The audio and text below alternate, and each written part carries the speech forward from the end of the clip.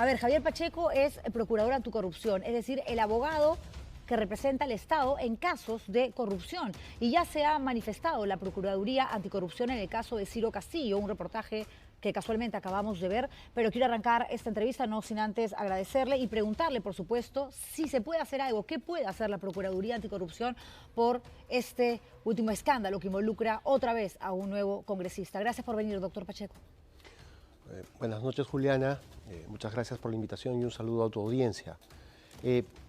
Aquí hay que ver la distribución de competencias y en el caso concreto, hasta antes de la creación de la Procuraduría General del Estado, era una competencia de la Procuraduría Anticorrupción denunciar a cualquier funcionario.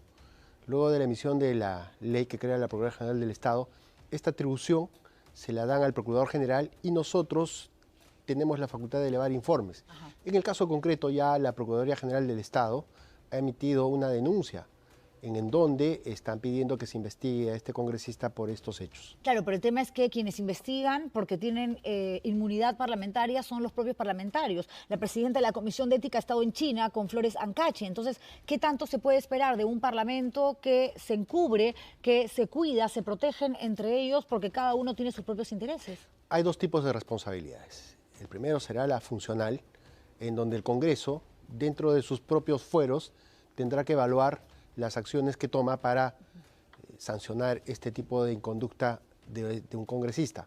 Por otro lado, ya la Procuraduría ha emitido una denuncia que ya está en el despacho de la señora Fiscal de la Nación y entiendo en las próximas horas debería abrir una investigación indagatoria e iniciar un proceso hasta el momento en donde se acrediten estas denuncias, ¿no? Y mientras tanto, el caso de Ciro Castillo, que es un tema que también hemos tocado hoy y que aparecen nuevos elementos que realmente hacen que se trate de un escándalo todavía mayor. La enamorada o ex enamorada movilizándose con un bien que pertenece al gobierno regional, él hablando de dinero con un empresario, plata que presuntamente tenía que ir a su bolsillo, pero se lo hubiese quedado ella o se la habría quedado ella. O sea, ¿qué hacer con todo eso?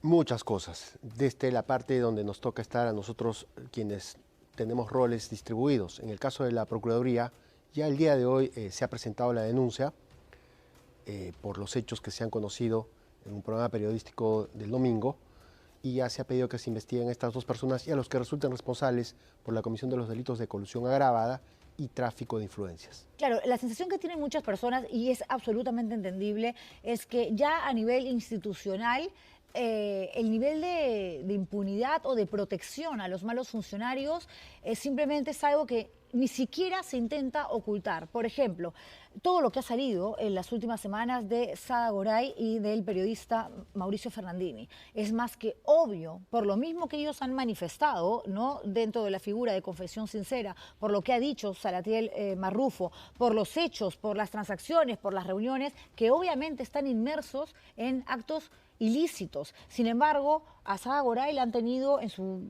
casa, luego la han tenido de viaje, no tenía impedimento de salida del país, Mauricio Fernandini igual, recién han sido detenidos, tienen que pasar 10 días, evidentemente privados de su libertad para ver si pueden aportar más en la investigación y luego uno entendería que se debería de solicitar la prisión preventiva, porque además han mentido, lo que han manifestado ellos en sus declaraciones no coincide literalmente con la crónica de los hechos tal cual se ha registrado y se viene demostrando. Entonces se castiga, se hace algo realmente para evitar que la gente se siga beneficiando ilegalmente de las arcas del Estado, ¿o no se está haciendo lo correcto? Bastante. Por parte, mira, Juliana, ¿no? Esto es importante señalarlo aquí en tu programa porque esto es una consecuencia de una investigación que ha realizado la Procuraduría Anticorrupción. Porque desde el 7 de diciembre el Ministerio Público venía investigando dos hechos. El vinculaba a la Superintendencia de Bienes Nacionales y el vinculaba a la SUNARP. Sin embargo, se tenía que entender para qué se necesitaba este tipo de actos de corrupción. Y la Procuraduría investigó el tercer hecho, que es lo vinculado al Fondo Mi Vivienda. Ajá. ¿Y qué cosa aportamos a la investigación? Que la señora Sada Goray buscaba que su holding empresarial sea designado como un ente financiero no supervisado. Las licitaciones. No, un ente financiero no supervisado, que se encargaba de otorgar préstamos a sus empresas. O sea, era juez y parte. Claro, No por había eso ningún es que tipo ella de pagaba control por cada uno de los directores.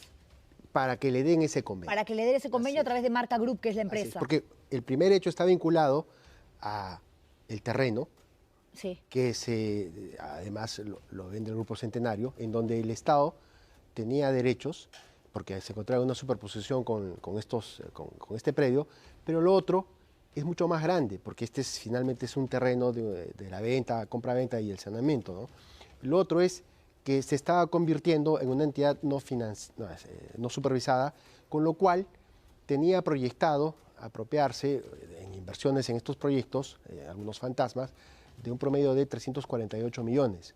Hemos encontrado nosotros en 6 proyectos que se iban a destinar 148 millones de soles, contra los cuales ya ha habido un desembolso a través de un fideicomiso de 24 millones de soles. ¿Y habían más proyectos en mente?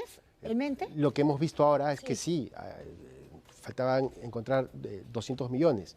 Claro, pero en este caso estamos hablando de una mujer que admite haber coimeado, admite haber entregado dinero, 4 millones de soles. Luego sabemos que no fueron 4, sino que fueron 5, pero ella dice que no cometió delito, que de pronto fue un error porque lo que quería era lo mejor para el país. En realidad es una tontería, no tiene ningún tipo de coherencia lo que ella manifiesta.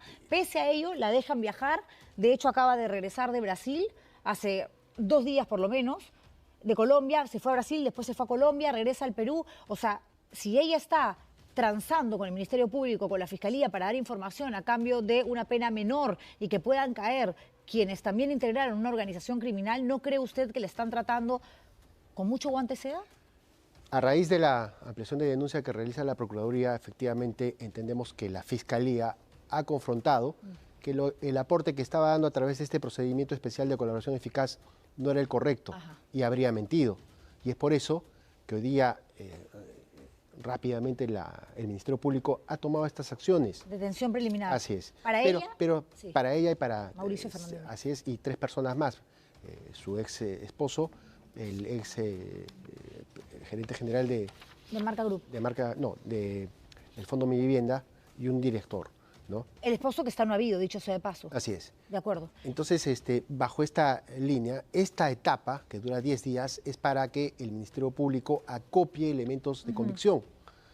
Una vez culminado estos 10 días, lo que corresponde dentro de la estrategia del Ministerio Público seguramente va a ser pedir una prisión preventiva. Y concurren los 3 elementos: verosimilitud probatoria, prognosis de pena y el peligro procesal.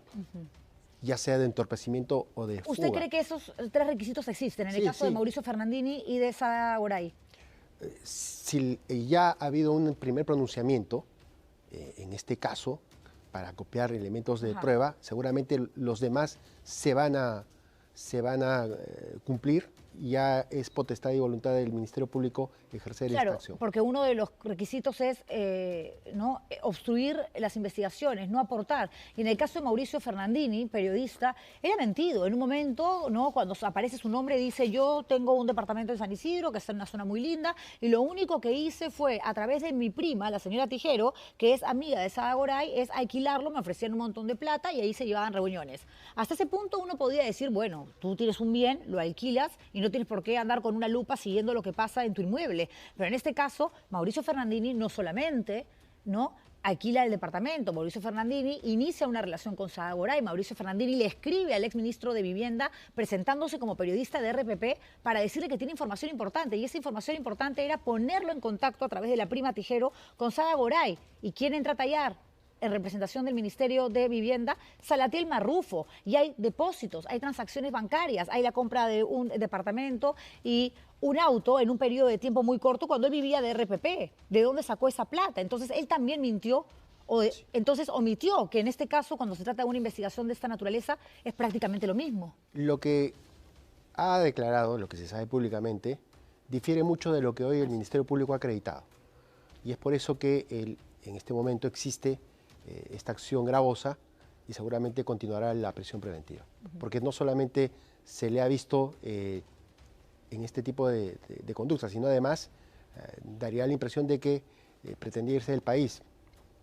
Estaba en la Embajada de Estados Unidos renovando su visa. Así es. Claro, de todas maneras, ganas tenía de salir, no sé si de paseo o para irse a vivir, pero sabía que se le venía una situación complicada. En estos casos se evalúa mucho la conducta de cada uno de los investigados. Claro. Y esta conducta se puede tomar como una de pretender eludir la justicia. ¿Les tocaría a los dos la misma prisión preventiva, el mismo tiempo de prisión preventiva? Dependerá, la prisión preventiva es para garantizar que el investigador responda hasta el final del proceso. Ya dependerá en este caso complejo el Ministerio Público cuánto va a demorar en culminar la investigación, acopiar los elementos de prueba y acusar. Claro, porque ellos, tengo entendido, dígame si me equivoco o no, se habían acogido a la figura de confesión sincera. Respecto de lo que se conoce por parte del señor Mauricio Fernández, sí. Ok, pero no es lo mismo que colaborador eficaz. Colaborador eficaz es admitir un delito y decir, ok, yo hice esto, pero a cambio de que ustedes me den una pena menor, un castigo menor, yo ayudo con toda esta información. Ellos dos, en la situación que se encuentran ahora, detenidos de manera preliminar, pero finalmente privados de su libertad, ¿podrían acogerse a esta figura de colaboración eficaz? Sí, esto ya va a depender de, por un lado, el Ministerio Público, pero lo más importante, ¿qué cosa es? Ya se conocen muchos hechos y el beneficio para someterse a un proceso especial, que es entre quien se somete al proceso y el Ministerio Público, es entregar información valiosa, importante, que no se sepa, pero a estas alturas digamos, de las investigaciones ya se conoce mucho.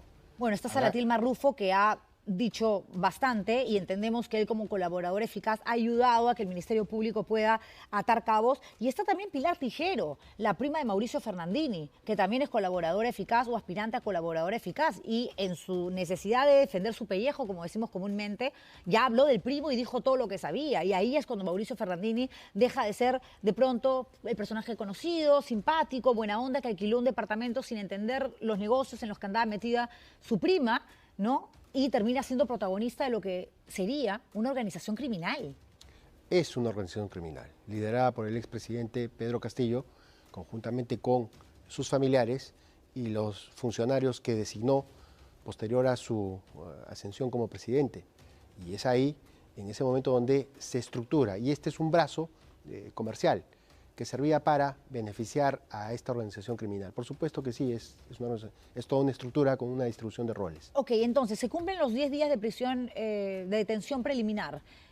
¿Se puede pedir una extensión o automáticamente el Ministerio Público le puede decir al Poder Judicial, a ver, no más extensión, hagamos una cosa, solicitamos 9 meses, 18 meses, 14, 36 de prisión preventiva para estas dos personas porque no nos aseguran que van a participar de manera efectiva en el proceso, no tienen arraigo, no cumplen con los requisitos que casualmente estamos hablando? Este es un periodo en el cual no solamente se encargan de acopiar elementos de convicción, sino también en donde ya los que están sometidos a esta detención preliminar evaluarán su condición.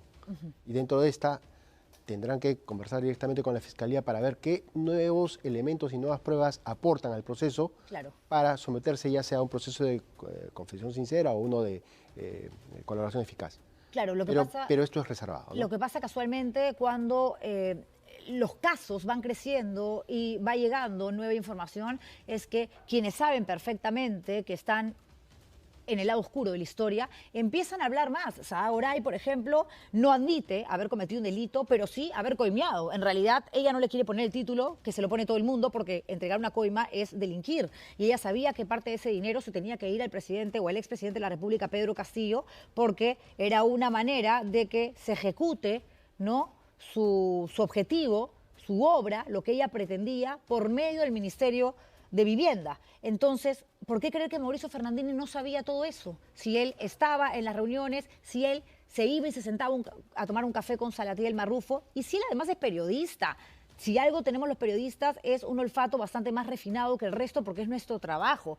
O sea, no se le puede creer a Mauricio Fernandini si dice, bueno, yo presté mi casa, vi una reunión rara que en algún momento lo manifestó y cuando hablaron de plata yo simplemente me paré molestísimo y me retiré. En ese momento vas y denuncias, más aún siendo periodista. Hoy día, dentro de las precisiones que ha realizado el Ministerio Público, al inicio de esta investigación, la señora Goday fue investigada por organización criminal, luego se precisa la imputación y se dice que solamente se le investigaba por el delito de cohecho activo y el de tráfico de influencias. La Procuraduría en marzo pidió la recalificación de esta imputación para que también se le investigue por organización criminal. Claro. Y hoy día eso se ha dado, está dentro de este contexto de esta organización criminal, pero la conducta del señor Mauricio Fernandini es el cumplimiento de un rol dentro de una organización criminal y él sí está investigado por el delito de organización criminal. Justamente estas acciones que ha señalado son las que tipificarían como una pertenencia a esta organización criminal. ¿Y la pena cuál podría ser? ¿Cuánto Hasta podría 15 llegar? años. Hasta 15 años. Sí. ¿Y si te acoges a la figura de colaborador eficaz? Dependerá de la información que entregue. Ok, claro, porque no se trata solamente de decirlo, sino de mostrar elementos. En el caso de Sada Goray ha dicho algo que es bastante grave. Dice que el propio golpista, el expresidente Pedro Castillo, salía de madrugada de Palacio encapuchado a recoger las coimas. Eso es grave. Y esa investigación respecto del expresidente se ventila a nivel de la Fiscalía de la Nación, y esa carpeta fiscal está a cargo del Procurador General del Estado. Claro, pero es una carpeta que finalmente se tiene que terminar sumando a esta otra que investiga por organización criminal a Sada Goray, a Salatiel Marrufo, a Mauricio Fernandini, entre otros. Sí, pero por este tema del nivel de aforo que tienen, se siguen dos vías. Porque ella dice 4 millones de soles entregué para ayudar al país porque creía que era una manera de poder colocar tal y cual cosa, y luego se sabe que fueron 5 millones. A ver, si ya estás admitiendo que coimeaste, no importa si fueron $100.000 o 15 millones de dólares, la coima está. Fueron 9 millones. 9. Sí, 4 millones el valor de una casa en San Isidro, y 5 millones y algo más que se entregaron en efectivo. Para cada uno de los directivos, para colocar a cada uno de los directivos que finalmente iban a ayudar a que ella tuviese el poder, en el fondo Mi Vivienda, que era lo que requería para llevar a cabo sus proyectos. Y no solamente eso, sino que además yo creo que la Fiscalía tiene que evaluar su condición, porque no solamente ella cumplió un rol en esta organización criminal, sino que a discrecionalidad de ella se cambiaron funcionarios en 3 entidades: la Superintendencia de Bienes Nacionales, Registros Públicos y el Fondo Mi Vivienda. Hizo lo que le dio la gana, tenía el poder porque tenía la plata. Sí. Y eso es peligroso, ¿no? Es peligroso. Que el poder te lo dé el dinero, y sobre todo el dinero sucio, para ser corrupto, para cometer actos ilegales, irregulares. Muchas gracias, procurador, por haber estado con nosotros en la noche. El placer es mío. Gracias. Javier Pacheco, procurador anticorrupción, conversando con nosotros aquí en El Estilo Juliana y cerrando el programa porque se nos acabó la hora. Nos reencontramos mañana con más 7:20 en El Estilo Juliana. Gracias por elegirnos.